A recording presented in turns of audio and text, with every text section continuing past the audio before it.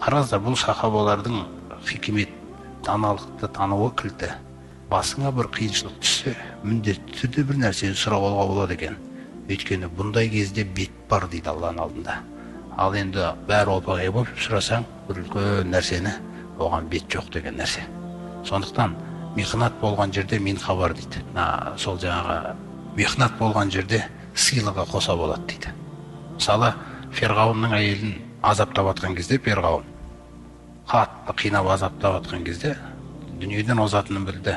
Сонда айтады: Раббым, мына залым қауымнан мені құтқар, және маған өз қасыңнан, яғни жәннатта сондай бір сарай тұрғызып берші дейді. Түсінсіз бе? Міне Абу Бәкірлер қалай білген.